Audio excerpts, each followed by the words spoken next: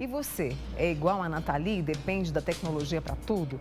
Se as redes sociais ficam fora do ar, você sai junto, não bate aquele desespero, né? Fica meio perdido, sem saber como comunicar com as outras pessoas? Saiba que você pode ser um dependente tecnológico. É sobre isso que a gente vai conversar agora com a psicóloga Elisa Sivieri, com a advogada especialista em direito digital, Laine Souza. A gente já estava falando aqui que somos todos praticamente dependentes. Olha aqui. Mas é bem utilizado, né? Sim. Isso aqui é ferramenta de trabalho. Sim. Hoje somos dependentes? Eu diria que com o avanço da tecnologia, cada vez mais necessitamos dela, né? Seja no trabalho, nas relações, nos estudos até. Agora, o problema não é o uso, é o abuso. Olha você, temos exemplos aqui hoje, né? Somos munidos da tecnologia o tempo todo. Mas o que difere, eu sempre digo assim, né? Do remédio e o veneno é a dose. Tudo que é em demasia deixa de ser saudável. E aí é onde entra a nossa alerta. De que forma? É abusiva? De que forma eu tenho enfrentado isso, né? Esse avanço, me inserido nisso? Quer participar com a gente dessa conversa? Então liga para cá. Liga. Manda um WhatsApp pra gente, tá? 99897.000. 99897.000, porque eu tenho certeza que, de repente, você é uma das pessoas que se enquadra nesse assunto que a gente está conversando. Antes de passar para a Laine, quais são os sintomas, né, do abuso? Mônica, a partir do momento que aquilo interfere na sua vida, né, negativamente, já é um sintoma. Qualquer dependência que necessite que eu fique o tempo todo conectado, eu me isolo, eu deixo de fazer as minhas atividades, eu gero conflitos internos e de relacionamento, já são sintomas. E para isso eu tenho que recorrer a um profissional e uma ajuda, porque a gente sabe que romper hábitos é muito difícil, né? Laine, você que é especialista, né, em direito digital, o que você tem percebido? A gente até já conversou aqui sobre algumas mensagens errôneas que as pessoas vão multiplicando, né, todo esse tipo de situação. Na sua avaliação, Laine? Olha, assim, a tecnologia, ela é uma tendência que só tende a crescer. Agora, com a internet das coisas, que é você ter internet em todos os equipamentos tecnológicos da sua casa, como televisão, geladeira, rádio e etc., além do celular e do tablet, que é o que as pessoas mais utilizam atualmente, ela vem para trazer comodidade. E essa comodidade, às vezes, a gente acaba abrindo mão de algumas coisas da nossa vida pessoal, como, por exemplo, a nossa privacidade, a nossa intimidade. Nós começamos a compartilhar essas informações com outras pessoas e não nos damos conta de que cada vez mais ficamos mais próximos de pessoas distantes e nos afastamos das pessoas mais próximas, bem como nós fornecemos informações sobre os nossos hábitos, sobre o nosso estilo de vida, sobre a forma com que pensamos e não nos atentamos que isso pode ser bom até um certo ponto, mas também pode ser prejudicial. Por exemplo, você vai tentar conseguir um emprego. As pessoas do recurso humano, elas verificam as suas redes sociais. E dependendo da forma com que você se expressa, as fotos que você coloca, pode ser o suficiente para você ser ou não contratado naquele emprego. Então, as pessoas têm que tomar muito cuidado com o uso da tecnologia. Eu acho interessante isso que a Laine falou sobre privacidade.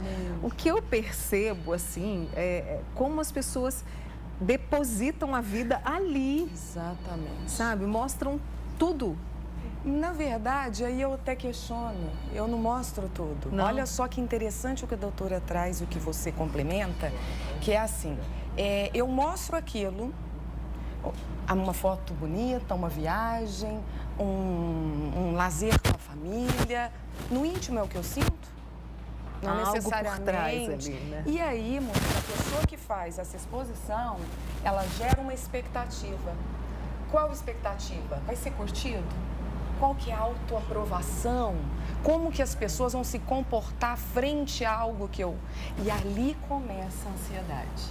Porque eu espero algo que, de repente, não é correspondido. Porque a expectativa é minha, não é do outro. E ali já começa. Então, muito bem colocado, porque, de fato, isso interfere muito no emocional. E aí, pode falar. Só colocando um adendo, tem até um seriado que ele trata exatamente disso, das necessidades das pessoas terem likes, terem curtidas e terem avaliações positivas. Então, eu faço alguma coisa com o intuito de ter uma avaliação positiva. E isso vai se tornando cada vez mais constante no nosso dia a dia. Aí nós pensamos, isso está distante. Não, isso já está presente, essa necessidade dessa avaliação.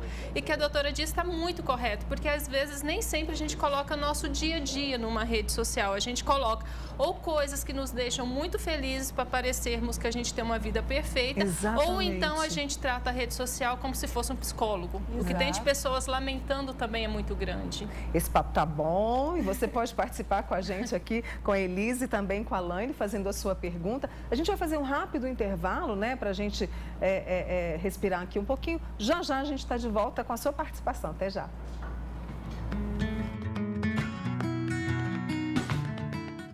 Estamos de volta para conversar sobre dependência tecnológica, né? E você vai poder participar com a gente. Conosco no estúdio a Elisa Sivieri, que é psicóloga, e a Laine Souza, que é advogada especialista em direito digital. E você participando com a gente pelo 99897.000. Eu volto com a pergunta, aliás, pergunta não, um comentário da Jennifer, lá de Monte Alegre, que é nossa telespectadora assídua. E ela diz o seguinte: Mônica, eu não consigo mesmo ficar sem meu celular. Até nem durmo. Fico até a noite toda. Olha, Jennifer, precisamos olhar isso, né? Certamente já está se instaurado aí uma ansiedade motivada pelo uso abusivo, né? Como a gente tem falado, o problema não é o uso, é o abuso. Se eu durmo com o celular, acordo com ele no decorrer do dia, o tempo todo estou com ele, e as minhas outras atividades? E as minhas outras funções? Onde elas estão? Então, cabe uma reflexão.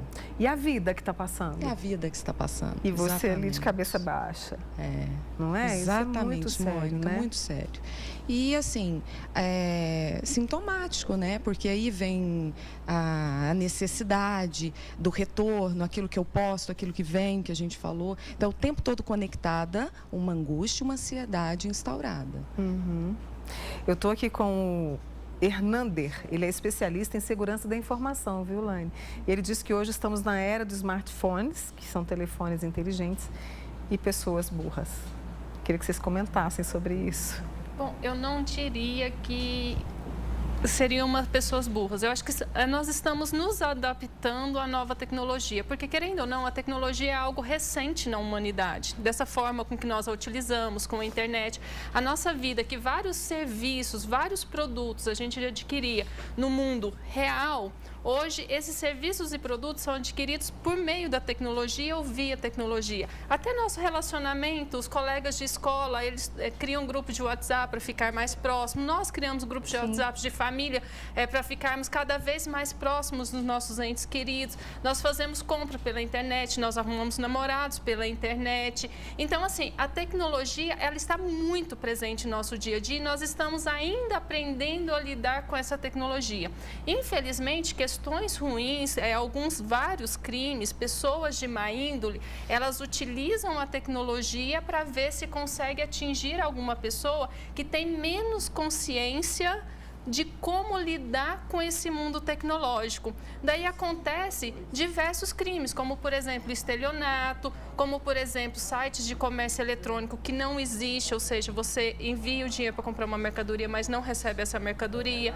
Acontece a questão da baleia azul, que, na verdade, não é bem um jogo, nada mais é do que um boato que surgiu. Algumas pessoas de má índole começam a criar grupos para poder atrair pessoas curiosas, e se a pessoa tem uma autoestima baixa ou ela tem uma propensão ao suicídio, então, assim, ela é muito mais propensa a participar desse jogo e chegar até o resultado final.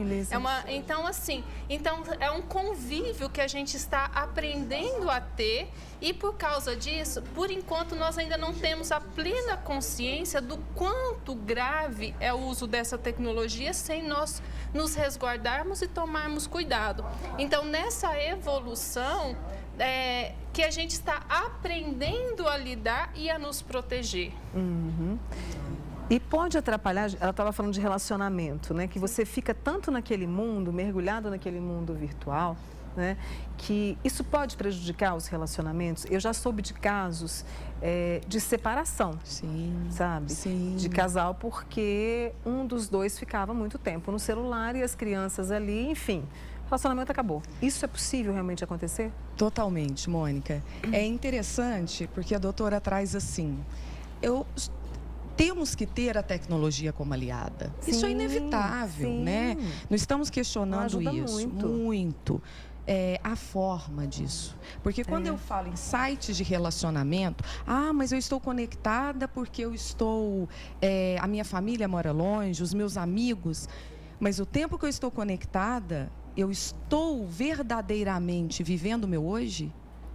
Eu estou vivendo as minhas relações como deveriam ser vividas? É aí que é o problema. Então, quando você traz esse exemplo, existe demais.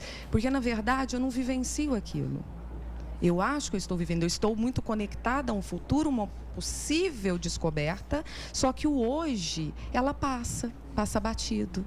E aí que é o perigo, já passou. Como diz Mário Quintana, já são 6 horas da tarde, né? Um ano e por aí vai.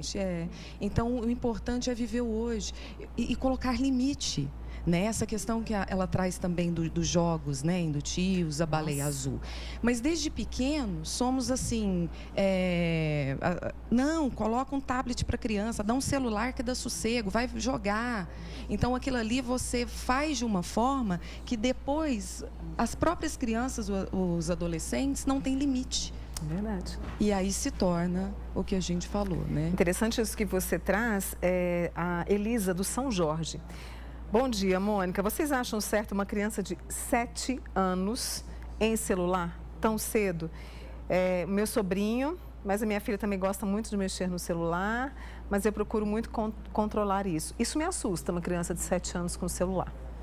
Sim, Elisa, é difícil a gente julgar o outro e falar o que é certo e o que é errado, né? É verdade. Mas eu diria que realmente, quanto mais você puder segurar e desenvolvê-lo de outra forma, uma atividade física, uma atividade de relacionamento em equipe, deixa o celular para depois. Tem hora, não tem, gente? Tem Acho que a gente pode estabelecer limite. Isso também. Claro, é aí. Esse é um ponto muito importante, limite. Não tem é? que ter hora, disciplina. Até nós mesmas, né? A gente tem que ter, não é, Elaine, um horário assim para a gente poder... Claro, e com relação à criança, assim, eu sou contra você tirar a tecnologia de uma criança. Por quê? Porque esse é o presente da criança, o presente é o momento da criança e é o futuro dessa criança. Então, não adianta a gente querer retirar, a gente tem que ensinar essa criança, fazer uma educação digital dessa criança. Da mesma forma que a gente pega na mão da criança, anda na rua, fala cuidado, olha para os lados na hora de atravessar a rua, não conversa com o estranho. A gente está toda essa educação. Nós devemos fazer essa educação digital também, que é entregar para a criança e ir conversando, ensinando. E detalhe, criança não tem privacidade. Muitos dos pais dizem, mas e a privacidade? O menino mesmo fala assim, mas eu tenho direito à minha privacidade. Não, criança não tem privacidade. Então, assim, pode deixar ela sozinha com o celular? Pode, mas fica olhando de tempos em tempos, conversa, vê o que está acontecendo com essa criança, com quem ela está conversando, baixe os mesmos aplicativos, vê qual que é o ambiente que tem ali, se é realmente saudável ou não, para ir conversando. Então, essa educação, ela é muito importante. Olha, aqui o nosso amigo, ele é de Limeira do Oeste, está assistindo ao programa, adora o programa. O nome dele é Silva Santos. E ele está contando, olha, minha esposa, Mônica, chega do trabalho, cai na cama e é só celular. Teve um dia até que o feijão queimou. Porque como é que pode, assim, você mostrar para quem está dentro da tua casa, falar, peraí, né? Deixa ali o celular, vamos conversar, vamos fazer nossa refeição, vamos conversar. Qual que é a recomendação? Silva, realmente, assim como você, outros casais... Ele não está sozinho, né? Não está sozinho.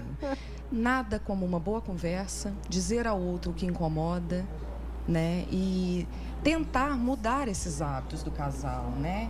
Propor alternativas, até que isso vai se rompendo e aquilo não fica tão necessário mais, o contato com o celular, e o contato passa a ser com o casal. Olha, tem mais uma pergunta. Minha sobrinha de 3 anos sabe tudo no celular. Até ensino, 3 anos, gente. Sabe baixar as coisas, acha que muitas vezes falta limites. 3 anos, né? Mais uma situação aqui. O Wellington, ele não mandou a pergunta, deve estar escrevendo aqui ainda. Bruno, meu filho de 6 anos, joga no celular diariamente. Em relação aos jogos, é viável? Depende também. Também tem que ter o acompanhamento, a orientação e o limite. Entendi. E jogos, eu ainda ponho alguns detalhes a mais. Tem que tomar muito cuidado com principalmente jogos online onde há interação. Porque hoje o jogo online, ele nada mais é às vezes do que uma cortina para que haja cybercriminosos por trás, onde faz não só a captação dessas crianças, mas induzem essas crianças a cometer algum ato ilícito ou a fugir de casa. Enfim, é muito perigoso. Então, assim, essa interação, essa jogatina, que às vezes parece ser algo inocente no primeiro momento, mas pode dar induzindo essa criança a vícios muito maiores no futuro, que é começar a apostar. O jogo deixa de ser uma brincadeira e se torna uma aposta. Então, eu começo apostando com algo que eu tenho no momento. Então, eu tenho uma armadura, eu tenho uma espada no meu jogo a mais. Eu começo a apostar para pegar o do outro. Aprendo a roubar dentro de um jogo, a furtar. Eu vejo um colega que tem alguma coisa que me interessa, tem uma espada que interessa no jogo dele. Ele vai criar artifícios ou para enganar aquela pessoa ou para furtar aquela ferramenta que ela precisa no jogo.